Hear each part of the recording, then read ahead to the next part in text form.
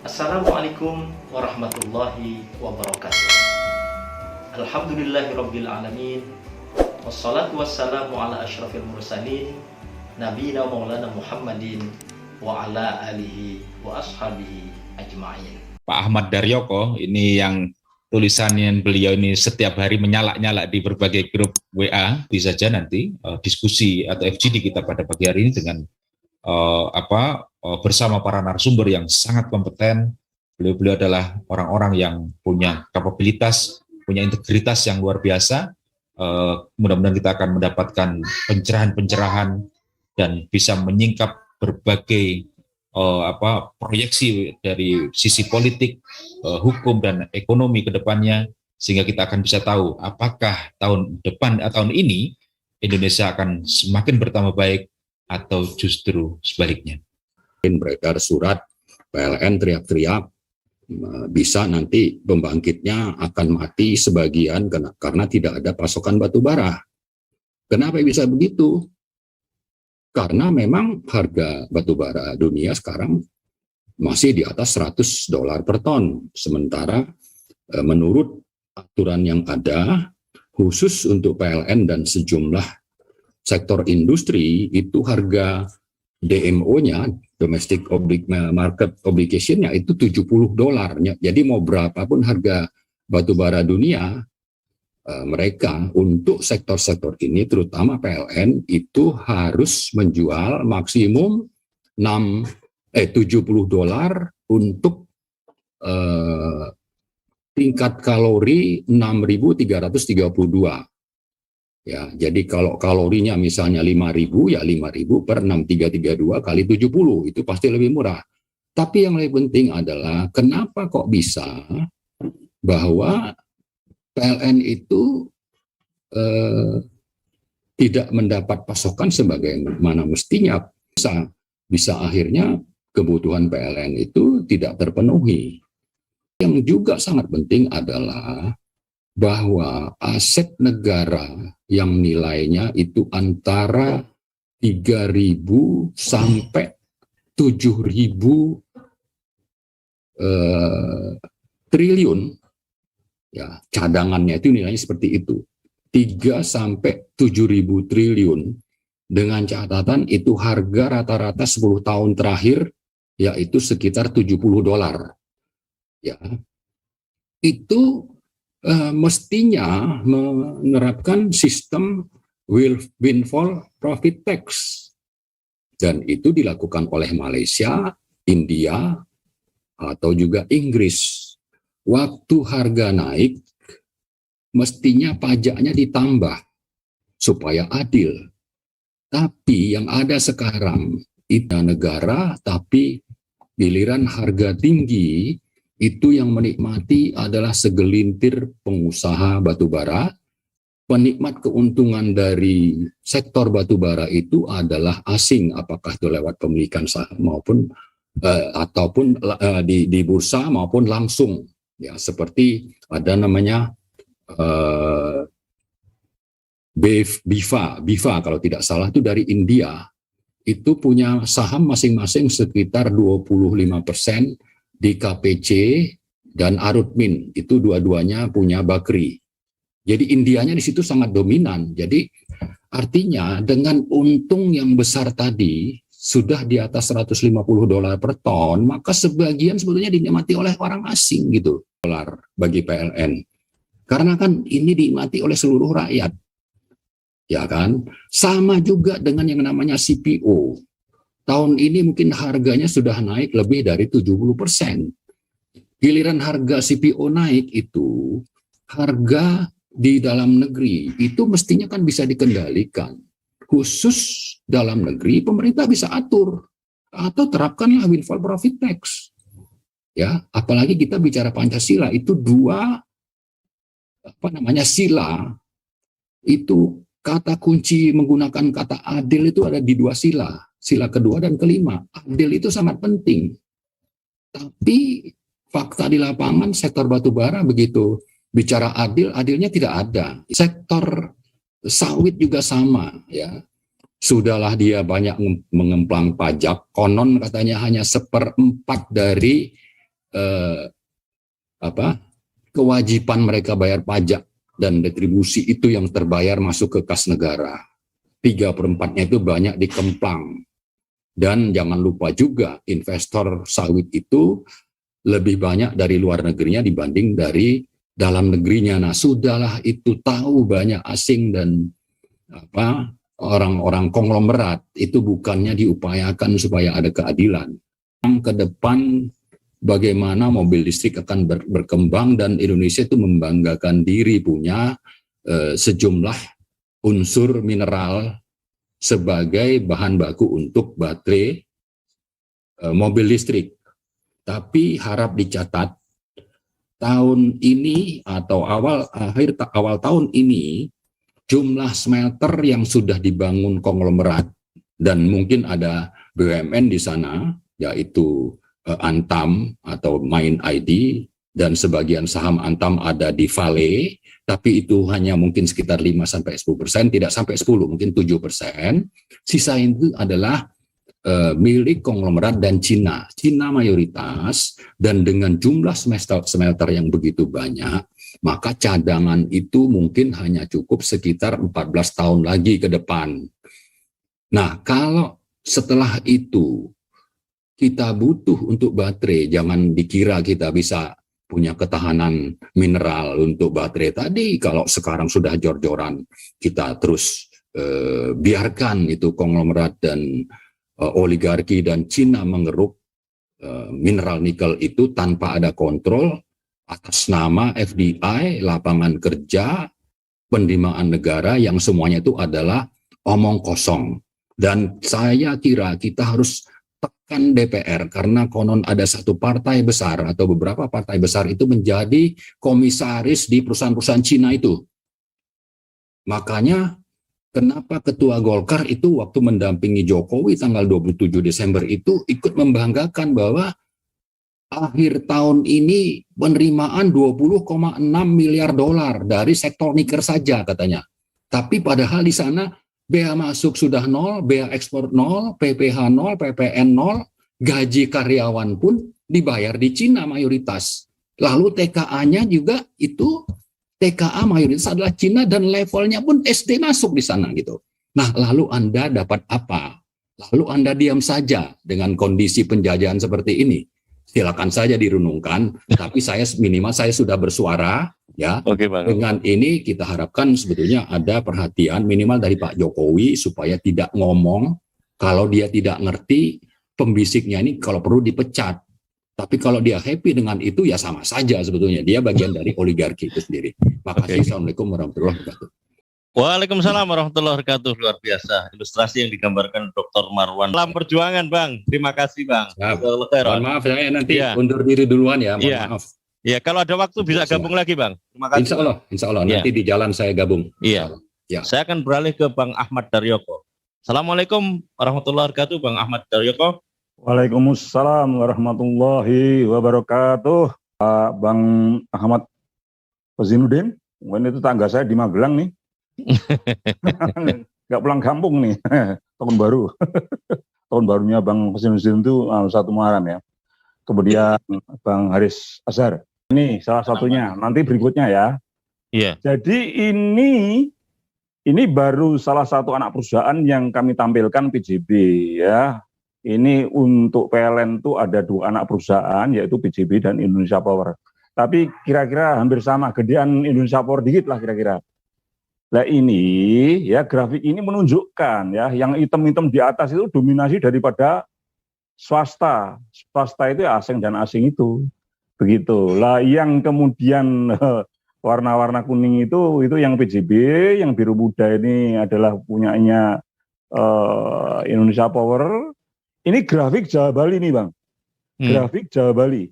Jadi yang akan saya bicarakan ini ya adalah dominasi. Jadi kelistrikan itu perlu diketahui Bapak Ibu sekalian.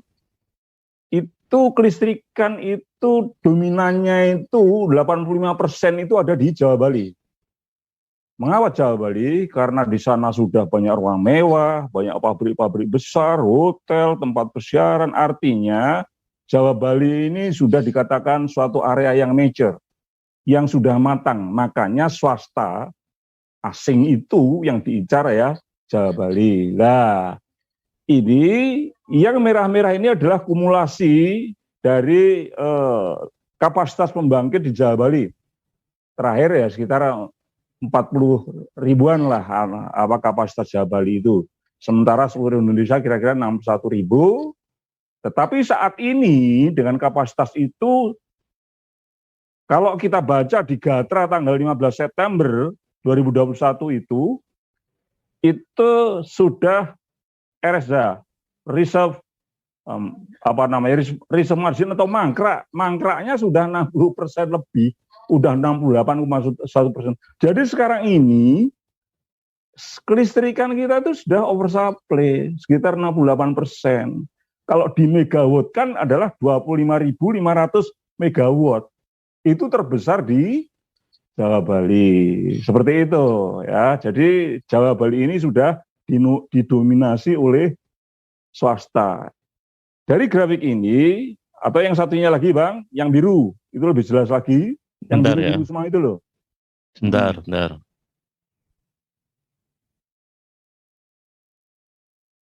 Sudah nampak Bang? Belum. Ini Bapak Ibu sekalian, inilah gambaran kekuatan pembangkit di Jawa Bali.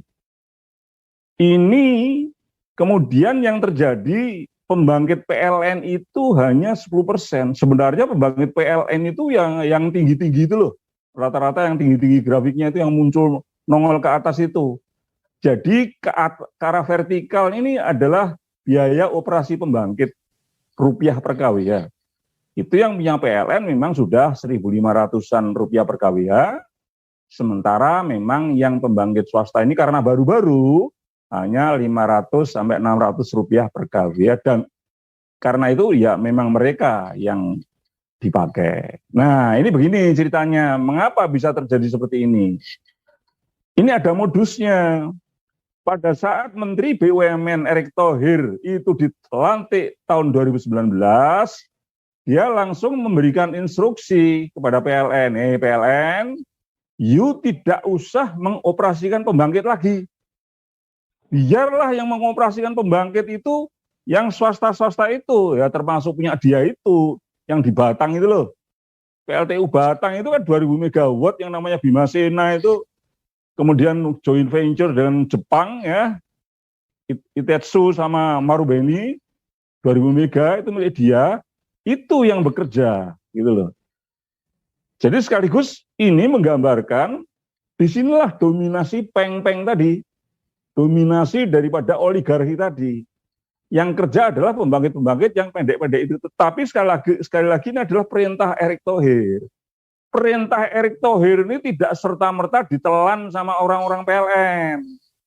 Tapi dibikin suatu permainan yang cantik lah. Gitu kira-kira. Terjadilah grafik ini. Grafik ini saya peroleh dari PLN P2B, Pusat Pengatur Beban, yang di Gandul sendiri itu pusat pengatur beban. Ya, dia yang ngatur pembangkit-pembangkit mana yang hari ini harus dioperasikan dan sebagainya. Ini mereka kemudian caranya supaya pembangkit PLN tersingkir itu ditender, dilelang. Mana yang rendah biaya operasinya itu yang dipakai. Tetapi ingat, lelangnya di sini tidak lelang total.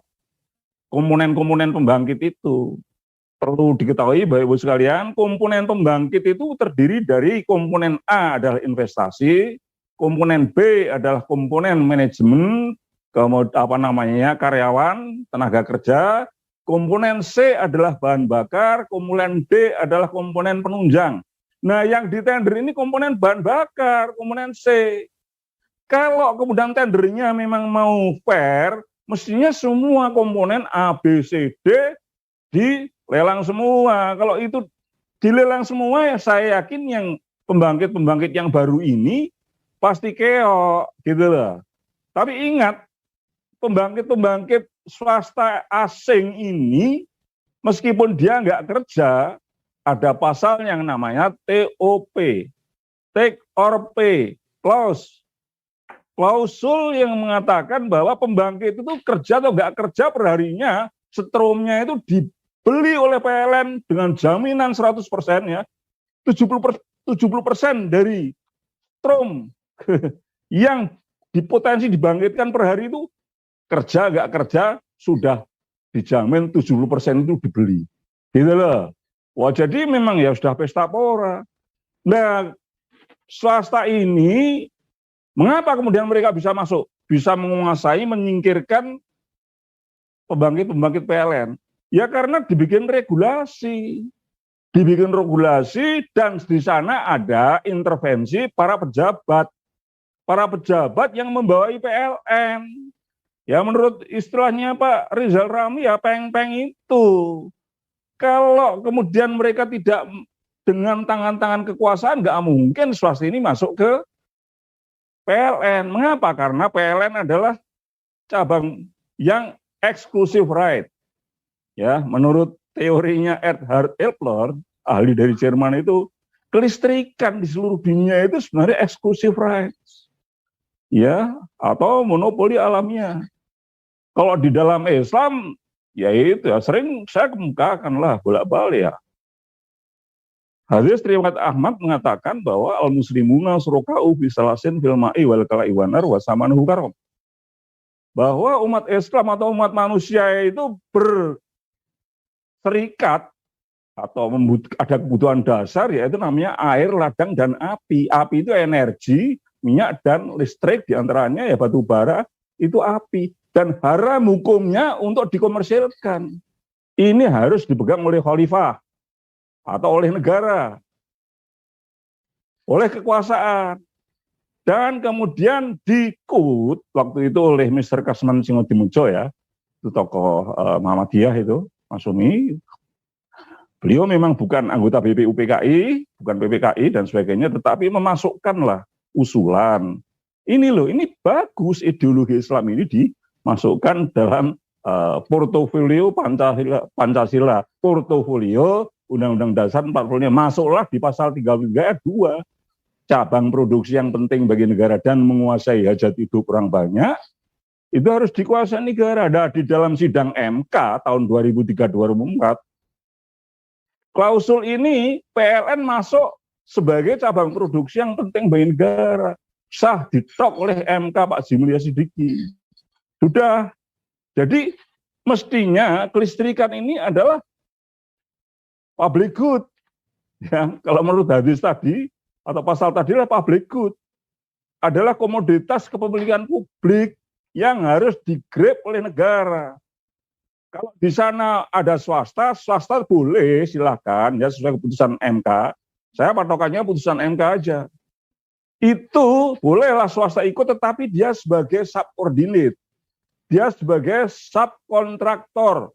Nggak boleh berdiri sendiri. Lah ini, yang swasta-swasta ini berdiri sendiri, Senhua misalnya, Huadian, yang di PLTU Celukan Bawang sana.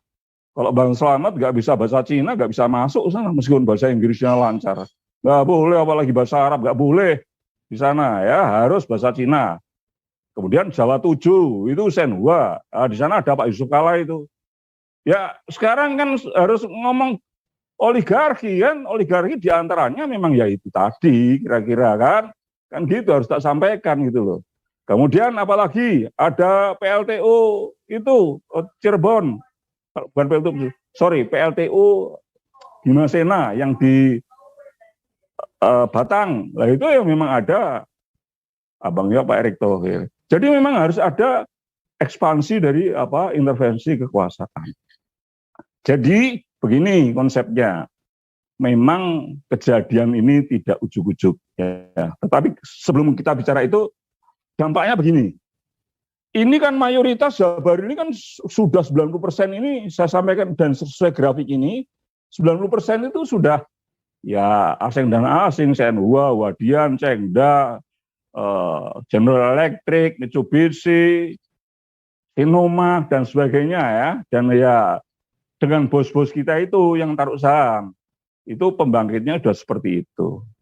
Kemudian retail itu jaringan kawat hitam-hitam yang di depan rumah kita itu loh.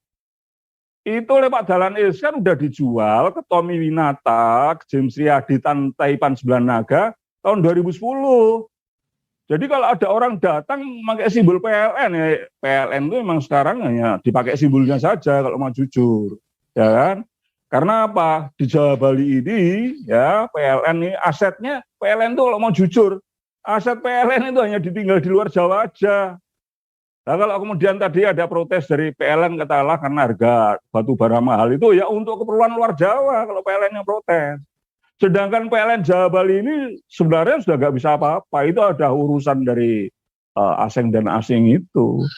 Jadi pembangkitnya didominasi swasta, kemudian retailnya di depan rumah kita sampai KWA meter itu sudah Taipan 9 Naga sebenarnya. Dan di sini jadi jelas. Oke lah, di sini operating cost daripada pembangkit itu memang mengusaha listrik, swasta, itu kartel. Dan ini munculnya secara pengalaman empirik sesuai penuturan Profesor David Hall mengatakan bahwa kalau listrik ini kemudian mayoritas sudah dikuasai mereka itu akan otomatis terbentuk kartel. Lah kalau sudah terbentuk kartel, maka biaya operasi kelistrikan ini yang menentukan kartel. Mereka rembukanlah, kamu pembangkit biaya operasimu berapa? Terus kemudian nanti akan dijual berapa? Itu kemudian oke lah di pembangkit murah ya resminya, formalnya. Tapi harga listrik sekarang ini sebenarnya sudah 3.000 sampai 3.500 rupiah per kWh.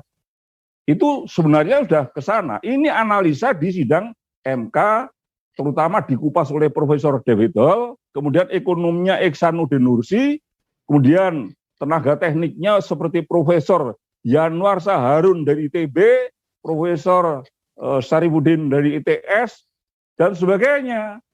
Ini biaya operasi ini sudah dikuasai swasta. Nah kalau sekarang biaya operasi itu Rp3.000 per kWh untuk Jawa Bali ya yang saya bilang, itu maka kalau kemarin di CNN Indonesia mengumumkan bahwa PLN tahun 2021 sampai Oktober itu menjual 210 tetrawatt hour ya, maka sampai kemarin tanggal 31 Desember itu berarti sudah 250 TWh, 250 tetrawatt hour. Itu biaya operasinya 250 TWh kali per KWH-nya sudah Rp3.000 sampai Rp3.500 rupiah per KWH. Artinya biaya operasi sudah 750 triliun. Kalau saat wawancara yang waktu itu masih Wadirut, Pak Darmo itu ya, Darmawan Prasojo itu mengatakan, si Desi Anwar tanya, itu pendapatan PLN tahun 2020 berapa Pak? Itu 300 triliun. Nah bisa diperkirakan sekarang ini sudah 400 triliun karena sudah banyak pabrik juga yang nyambung baru, rumah-rumah dan sebagainya nyambung baru 400 triliun. Tapi kalau kemudian pendapatannya hanya 400 triliun dan biaya operasinya 750 triliun, maka harus ada subsidi 350 triliun. Kejadian di 2020 itu subsidinya Kementerian Keuangan keceplosan di Repelita Online tanggal 8 November 2020 mengatakan bahwa PLN atau kelistrikan itu seluruh Indonesia itu harus mendapatkan subsidi 200,8 triliun. Tetapi PLN mengumumkan untung 5,95 triliun. Loh, jadi ini kan terjadi suatu apa? Sandiwara kan? Sandiwara. Jadi di belakang itu sebenarnya hingar-bingar kayak seperti itu, ya, amburadul seperti itu, tetapi seolah-olah PLN enggak, kita masih eksis kok, untung 5,9 triliun. Nah, sekarang kalau oke lah, taruhlah untung 5,95 triliun. Kenapa sekarang kemudian teriak-teriak mau menarikkan tarif listrik? Kan ini tanda tanya. Padahal PLN itu sesuai Undang-Undang Nomor 19 tahun 2003, fungsi utamanya adalah public service obligation. PSO. PSO itu ya untuk kemudian memenuhi pasal 33 ayat 2 Undang-Undang Dasar 45 itu.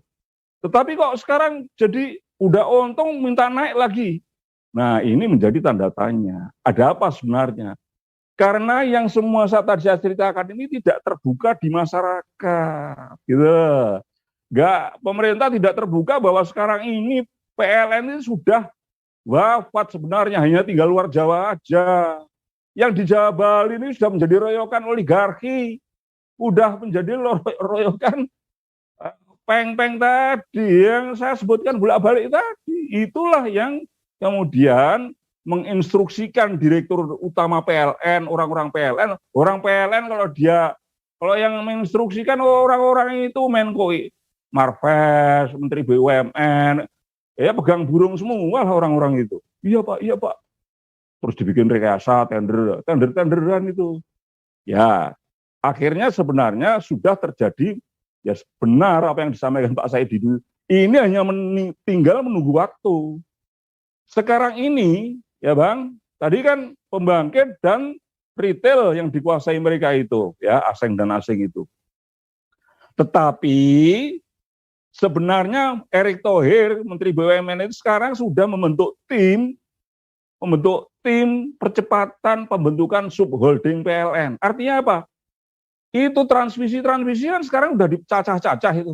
Udah transmisi Jawa bagian barat, transmisi Jawa bagian tengah, transmisi Jawa Timur dan Bali, P2B sudah dipisah. Itu sebentar lagi transmisi dan distribusi itu akan dijual juga. Nah, kalau sudah seperti ini, nanti kemudian PLN negara sudah tidak bisa mengintervensi dengan tarif, nggak bisa, karena P2B akhirnya nanti akan dilepas menjadi lembaga independen, pengelola sistem dan pengelola pasar. Sistemnya mereka yang ngatur hari-hari, ya, pembangkit mana yang harus kerja, terus kemudian retailnya itu di sekian mega ke Bandung, sekian mega ke Jakarta, itu P2B, ya. Itu nanti kalau sudah seperti itu nanti akan terjadi adalah MBMS, multi buyer multi seller, dan itu nggak bisa nih. Makanya sekarang tarif listrik itu mulai dikasih pemanasan. Tahun depan sudah akan dinaikkan mengikuti mekanisme pasar bebas, belum MBMS. MBMS-nya nanti setelah Erick Thohir ini berhasil menjual transmisi, distribusi dan seterusnya itu, P2B dipisah, ya, baru terjadi MBMS, ditulah nanti akan dilepas dan tarif listrik. Ini pengalaman empirik juga nih. Terakhir Filipina, ya, ini kan kami mengadakan sidang MK waktu itu kan, kami ambilkan saksi fakta dari Filipina, ahli dari Filipina, David Tolong, itu pada saat dilepas itu antara 5 sampai 7 kali lipat itu listrik akan naik. Karena apa? Karena pemerintah tidak bisa menguasai pembentukan biaya operasi. Mereka nagih sesukanya. Nah, pemerintah sekarang sudah nggak bisa apa-apa. Mengapa? Ya karena PLN exclusive right. Listrik itu exclusive right. Sekarang kalau mereka nagih ke pemerintah, sini 200 triliun misalnya atau 300 triliun. Kalau nggak mau, ya diganggu, bisa biarpet gitu loh. Ini yang kemudian jadi korban kan rakyat. Makanya berapapun subsidi itu dibayar oleh pemerintah. Ya, sedikit lagi latar belakang nih, Bang. Itu kapan kira-kira menurut Bang Ahmad Daryoko MBMS itu bisa terrealisasi? Ini kalau sudah jadi apa? Sekarang kan Erick Thohir lagi membentuk tim percepatan subholding PLN. Subholding itu anak perusahaan. Anak perusahaan itu distribusi Jawa Barat, distribusi Banten, distribusi Jakarta Raya DKI, distribusi Jawa Tengah dan DIY dan seterusnya, saya Bali sana, itu dijadikan anak-anak perusahaan. Kemudian transmisinya dipotong-potong, Jawa bagian barat, ya, dari Anyer sampai katakanlah sampai Kosambi, ya, dari Kosambi sampai ke Saguling misalnya, dari Saguling ke Tasikmalaya dipotong-potong. Setelah dipotong-potong dalam anak perusahaan, kemudian bisa IPO, ya, bisa IPO lah ya, modusnya, bisa juga strategic sales. Kalau sudah seperti ini, PLN nggak ada artinya. PLN pun sekarang ini sebenarnya udah nggak ada artinya, hanya dipinjem capnya doang gitu loh. Sekarang ini kalau PLN ini kemudian bubar, Itu sudah jalan kok, Strom ini sudah jalan karena sudah ada yang mengoperasikan. Cuman kalau PLN bubar, pemerintah tidak bisa menggrip ya TDL, tidak bisa menggrip tarif listrik. Sekarang kan Bang Slamet kan bayar kemana? Hanya sekitar 1.100 sampai 1.200 kan. Itu terus taruhlah di rumah antara 500 misalnya, 500.000 per bulan. Itu sekarang nanti kemudian Erick Thohir selesai itu MBMS laku enggak ada 2,5 sampai 3 juta Bang. Itu real di Filipina. Itu real di Filipina. Terus yang terjadi hukum kapitalis.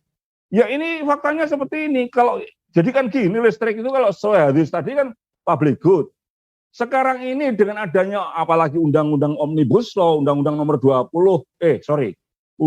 nomor 11 tahun 2020 Cipta Kerja. Yang public good tadi sudah disulap menjadi commercial good. Kalau public good ya setiap mau naikkan listrik harus lapor DPR. Commercial good pasar, supply and demand, begitu loh. Supply and demand. Sekarang demandnya PLN pasti, siapa yang nggak butuh listrik? Kan gitu aja sekarang. Sampai ke ya yang kurang mampu pun, sopir angkot, itu butuh listrik meskipun hanya 450 watt. Mereka inilah yang kemudian nanti akan nangis. Apa? Karena nggak bisa bayar listrik, kemudian teplok, sentir, gembreng, ya, bahasanya Mojokerto sana kan gitu. Sentir, belincong, yang gitu-gitu. Itu seperti itu. Nah, latar belakangnya sekarang ya. Kita harus adil juga ya.